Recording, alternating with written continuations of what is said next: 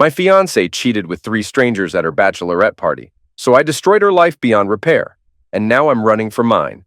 I wasn't supposed to be home when the package arrived. My shift at the hospital ended early, and I thought I'd surprise Mia by cooking dinner. Instead, I was the one in for a surprise. The gift bag sat there on our doorstep, innocuous, with its glittery tag, "To the wildest bride-to-be. You deserved every second of it. Love, Tasha." Tasha.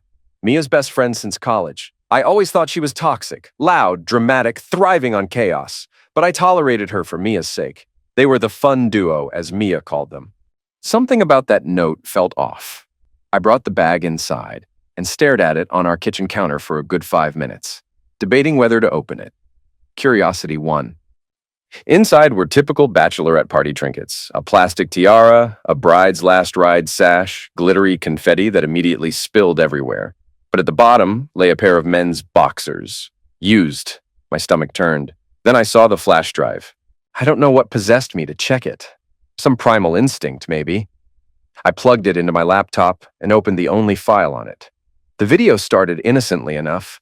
Mia and her friends at a club, laughing and drinking. She looked gorgeous as always, wearing that tiara and sash. But there was something different about her. She wasn't just celebrating. She was untethered, reckless in a way I'd never seen. The next clip showed Mia grinding on a male stripper at what was clearly a strip club. Her friends whooped and hollered. Then she pulled him off stage, giggling and leading him toward a private room. I paused the video, heart racing. Maybe it was just for show, maybe. The next clip removed all doubt. Mia sat in a lounge area surrounded by 3 guys. They were laughing, drinking, flirting. One leaned in and kissed her. She didn't just let him. She kissed him back hungrily, like she was starving for it. Then another guy joined in. By the end of the video, she was leading all 3 into a hotel room. Tasha's voice narrated from behind the camera. "Mia, you're a freaking legend. Bride of the year. Ryan is so boring compared to these guys." I sat there staring at the screen, feeling like someone had ripped my chest open.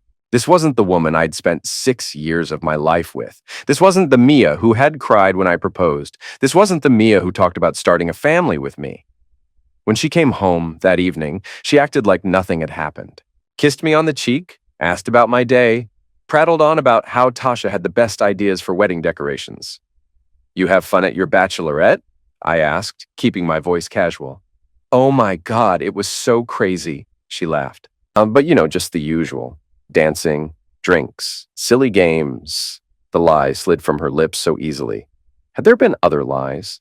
Other nights? Other men? "Sounds fun," I said, smiling tightly. "Tasha plan it all?" "Of course." Mia rolled her eyes. "You know how she is. Always has to go over the top." She wrapped her arms around my neck. "But I'm glad to be home with you. I missed you." Her lips pressed against mine, and all I could think about was where those lips had been. Who they had kissed. I pulled away, disgusted. "Something wrong?" she asked, looking concerned. "Just tired," I lied. "Long shift." She bought it. Of course she did. She wasn't looking for deception because she thought she'd gotten away with it.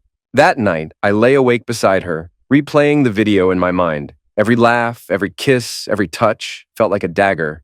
I wanted to confront her, to demand answers, but I knew it wouldn't change anything. The woman I thought I was marrying didn't exist. The next morning, Mia kissed my forehead before leaving for work. "Can't wait to see you tonight, babe." I smiled. Me too. The second she left, I started packing. I didn't waste time deciding what to take or leave. Clothes, toiletries, laptop, chargers, whatever fit in my duffel bag. The furniture, the TV, the kitchen gadgets. She could have it all. I just wanted out. I'd never done anything like this before. I've always been the guy who plans everything to the last detail. But here I was, stuffing random things into a bag with no clear plan. I Googled places to stay and found a small resort about 2 hours outside the city. Not fancy, but quiet. Perfect. Before leaving, I grabbed the folder with all our wedding contracts. The venue was first on my list. "Hi, this is Ryan," I said, trying to sound normal. "I need to cancel a reservation for a wedding." The woman sounded surprised. "Oh, I'm sorry to hear that. Can I ask why?" "Change of plans. Life happens, you know." She went on about cancellation fees, how they'd keep 20% of the deposit. "That's fine," I said. "Just cancel it." I started driving, not looking back. At a gas station halfway to the resort, my phone buzzed. Mia. Text after text, call after call. I ignored them all and kept driving. The resort was small but perfect. King-sized bed, kitchenette, fireplace, deck overlooking a lake. I dumped my bags and sat on the edge of the bed, finally letting out a shaky breath. Later that evening, I checked my phone. Over 20 missed calls from Mia, plus a flood of texts. They started casual. "Hey babe, where are you?" Then panicked. "Ryan, this isn't funny. Where are you?" And finally desperate. "Please call me. I don't understand what's happening." I didn't respond. Instead, I called my parents and told them the wedding was off. "What happened, son?" my father asked. "She cheated," I said simply. "At her bachelorette party, with multiple guys on video." Silence on the other end. Then, "Jesus Christ." "Yeah? Are you okay?" my mother's voice now. "No," I admitted, "but I will be." "Good for you, son," my dad said finally. Better to find out now than later. One thing kept bothering me. Tasha wasn't just some innocent bystander. She was the ringleader. That video wasn't just a recording, it was a trophy. She'd wanted me to see it.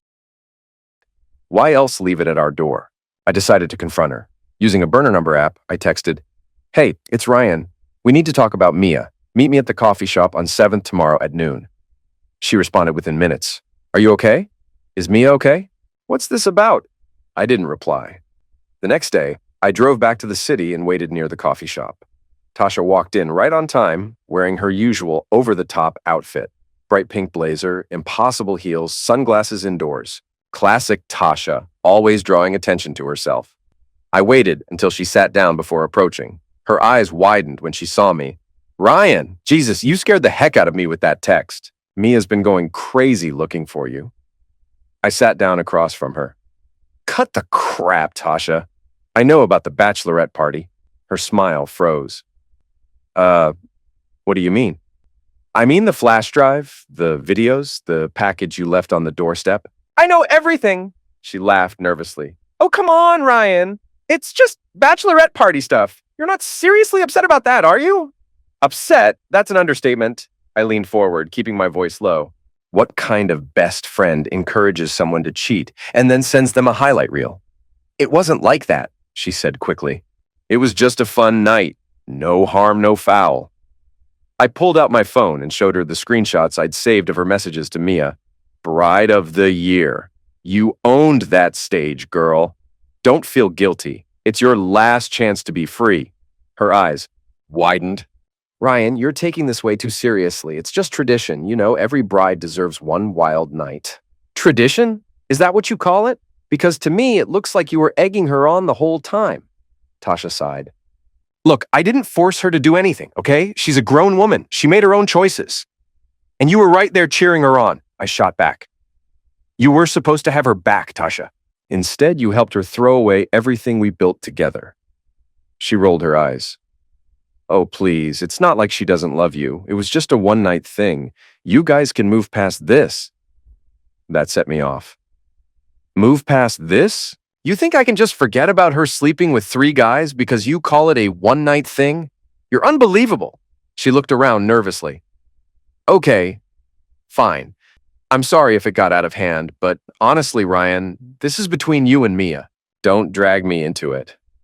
"You're already in it," I said, standing up.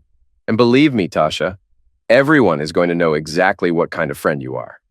Her face paled. "What does that mean?" "It means I'm done being the nice guy. It means it's time for some consequences."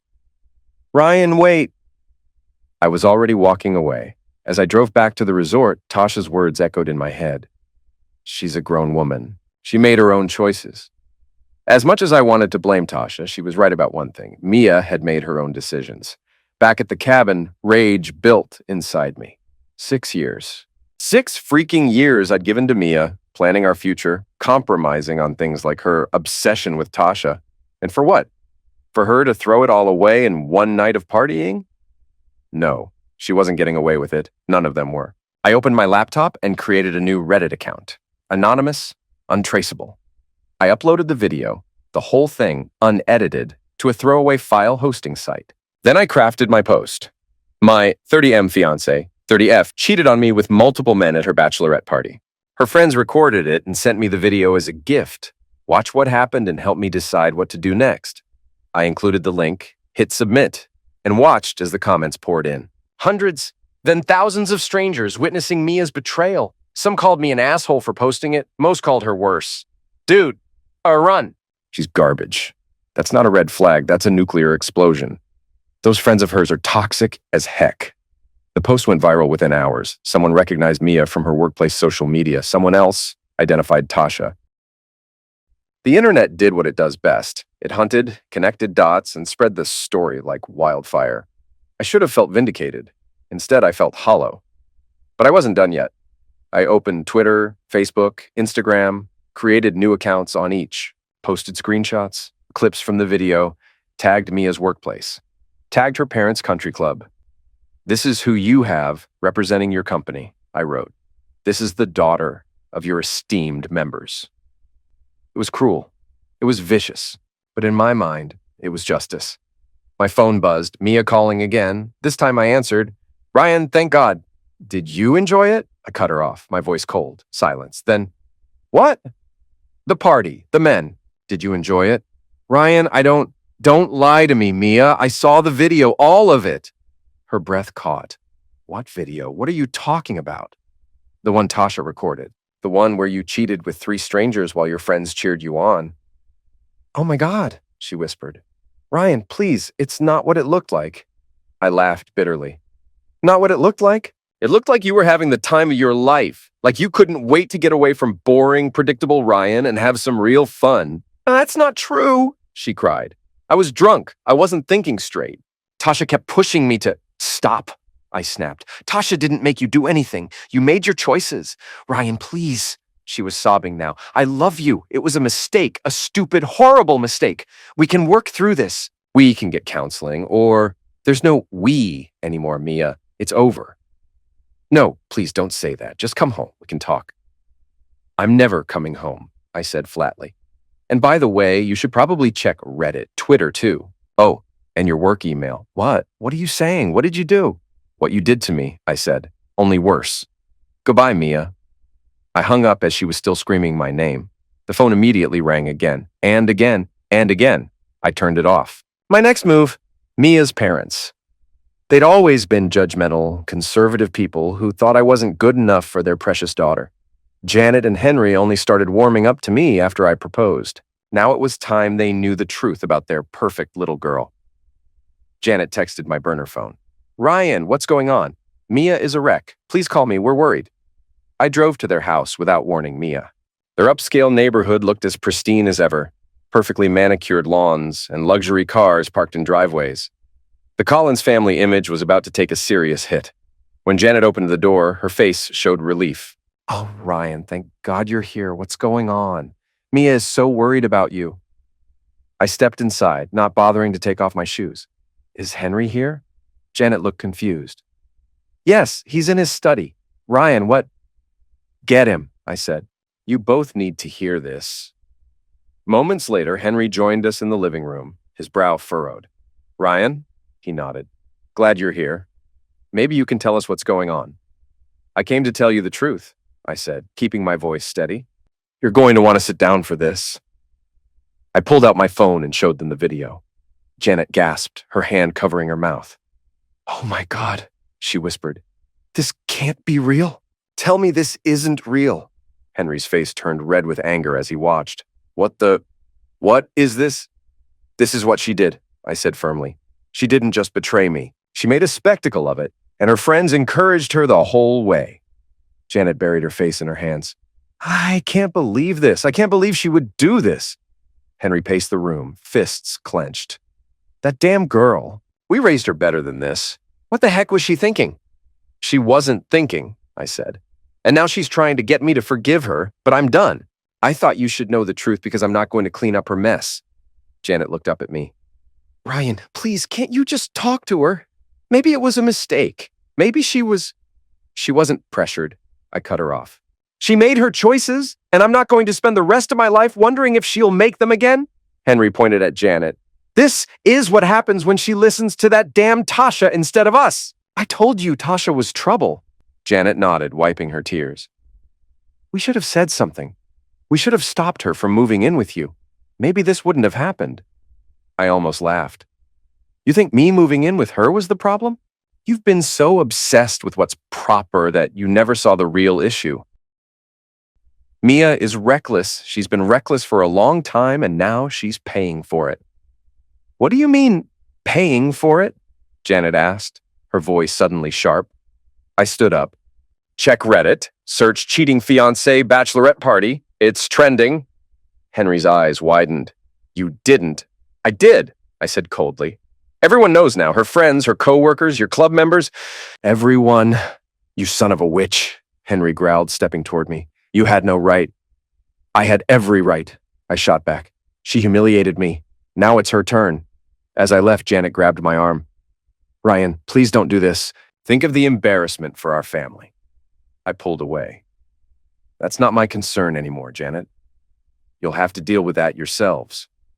The fallout was swift and brutal. Hey, Janet called me the next evening, sobbing, Ryan, I don't even know what to say. The video is everywhere.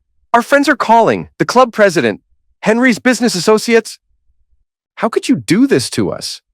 I didn't do anything to you, I said. Mia did this. I just made sure people knew about it. We're her parents. What did we ever do to deserve this?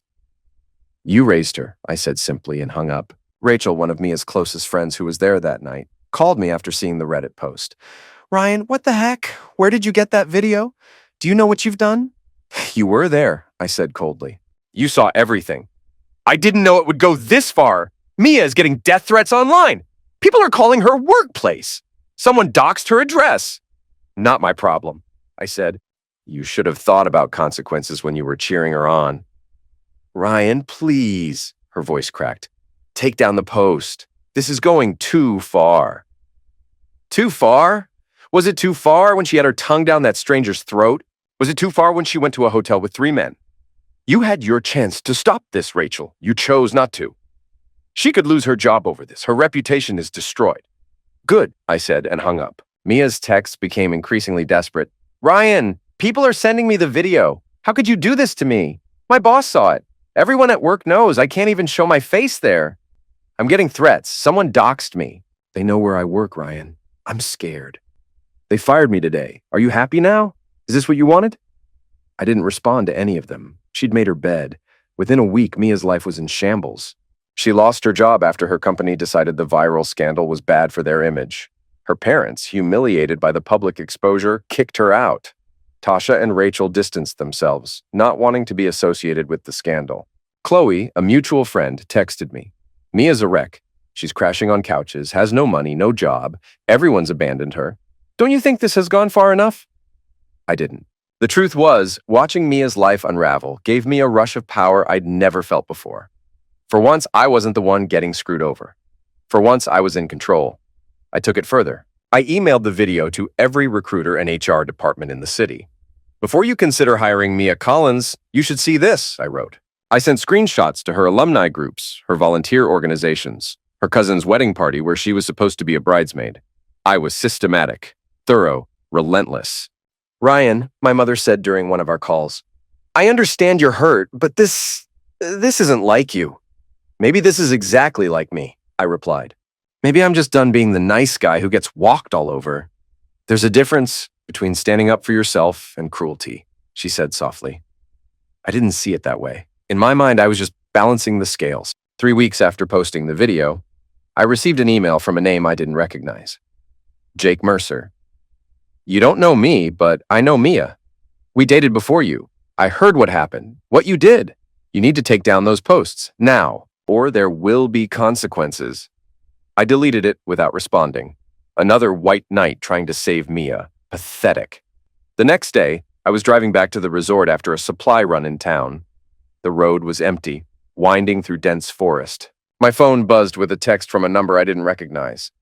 You think you can hide forever? I'm coming for you, asshole. I tossed the phone onto the passenger seat, dismissing it as another internet troll who'd somehow gotten my number. Then I saw them in my rearview mirror, 5 motorcycles gaining fast. My heart rate spiked. Coincidence, I told myself, just some bikers out for a ride. But they kept coming, closing the gap between us with alarming speed. I pressed down on the accelerator, pushing my truck faster around the curves. The bikers matched my pace, spreading out across the road behind me. The lead rider, a massive guy on a black Harley, pulled up alongside my window. His face was obscured by a helmet with a dark visor, but I could feel his eyes on me. He raised his hand, and for a split second, I thought he was going to wave. Instead, he pointed at me, then made a slashing motion across his throat. Adrenaline surged through me. I slammed on the gas, the truck lurching forward. The biker fell back, rejoining his crew behind me. My phone buzzed again. Against my better judgment, I glanced at it. "Remember me, Ryan? It's Jake. Mia told me what you did. We're going to have a chat." Jake, Mia's ex-boyfriend from years ago. Big guy, short temper, rode with a motorcycle club. She'd dated him before we met, claimed it ended amicably. Clearly not. I tossed the phone down and focused on the road. The resort was still 15 miles away. No way I'd make it there before they caught up. I needed to lose them or find help. I yanked the wheel, taking a sharp turn onto a side road I'd explored earlier that week. It was narrow, unpaved, but led to a more populated area if I could make it that far. The bikers followed, dust clouds billowing behind them. One pulled ahead of the pack, closing in on my left side. I swerved, trying to block him, but he was too quick. He pulled up beside me, and before I could react, something smashed against my window. The glass cracked, but held. He'd hit it with the butt of a gun. Panic seized me. This wasn't just intimidation anymore. They were out for blood. I jerked the wheel hard to the left, knocking into the bike. The rider wobbled but maintained control, dropping back slightly. Another biker appeared on my right, matching my speed. I heard a popping sound, then my side mirror exploded. Holy cow! They were shooting at me. I floored it, pushing the truck to its limits. The engine roared in protest as I careened down the dirt road, fishtailing around corners. The bikers stayed on me, spread out in a V formation. My mind raced. The truck was bigger, more powerful, but they were more maneuverable. My only advantage was that they couldn't all come at me at once on the narrow road. I spotted a turnoff ahead, even narrower, barely visible among the trees. Without signaling, I jerked the wheel and took it, branches scraping against the sides of my truck as I squeezed through. 2 bikers made the turn with me. The others must have missed it or decided to continue on the main dirt road, maybe planning to cut me off ahead. The path narrowed further, becoming little more than a trail. My truck wasn't built for this, but I had no choice. I pushed on, bouncing violently as the wheels hit roots and rocks. One of the bikers fell behind, struggling with the terrain. The other, larger, more skilled, kept pace. Even through the helmet, I recognized the broad shoulders and aggressive posture. Jake. The trail opened slightly into a small clearing, then split in 2 directions. I had a split second to decide. Left looked more established, probably leading back to a main road. Right appeared rougher, steeper, potentially a dead end. I chose right. Jake followed, exactly as I'd hoped. The trail climbed sharply, the ground becoming looser, rockier. My truck struggled but pushed forward. Jake's bike was starting to slip on the incline, losing traction in the loose dirt. At the top of the hill, the trail curved sharply around a steep drop-off. I took the turn wide, then hit the brakes, spinning the truck around to face the way I'd come. Jake appeared seconds later, struggling to navigate the steep terrain. Our eyes locked through his visor. I saw the moment he realized my intention. I gunned the engine and drove straight at him. Jake tried to swerve, but there wasn't enough room. The front of my truck clipped his back tire, sending the bike into a skid. He fought for control, but momentum and gravity won out. The bike slid toward the edge of the drop-off, taking Jake with it. I watched in the rearview mirror as both disappeared over the edge. My hands shook on the steering wheel. I hadn't meant to, had I? I just wanted to scare him, to make him back off. But the image of him going over the edge replayed in my mind. I grabbed my phone and dialed 911, slowing the truck, but not stopping.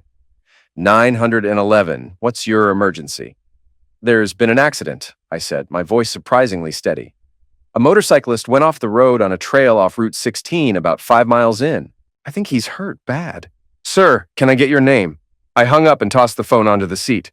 They'd track the call, send help. That was enough.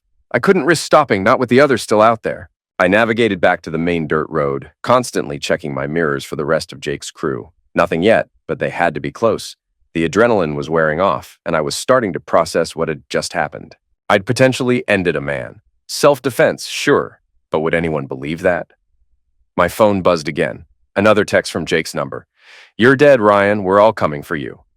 So he was alive. And he had service somehow. Good. The paramedics would find him. I reached the paved road and turned toward town, away from the resort. I couldn't go back there now. I needed people, witnesses, safety. In the distance, I heard the rumble of motorcycles. They were coming from both directions, trying to box me in. I pushed the truck faster, racing toward the intersection ahead. If I could make it to the gas station on the corner, there would be people, cameras. The light turned yellow as I approached. I blew through it just as it turned red, cutting off a minivan that honked angrily.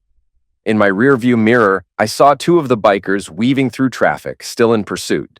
I swerved into the gas station parking lot, screeching to a halt near the front doors. Grabbing my phone, I jumped out and ran inside, startling the teenage clerk behind the counter. "Call the police!" I gasped. "Those guys outside, they're trying to end me!" The clerk stared at me, then at the bikers who had stopped at the edge of the parking lot, engines idling. One raised his visor, revealing a face contorted with rage. He pointed at me through the glass, mouthing words I couldn't hear but understood perfectly. "This isn't over." Then they turned their bikes around and roared away, disappearing down the road. I collapsed into a chair, the adrenaline draining from my system. My hands wouldn't stop shaking.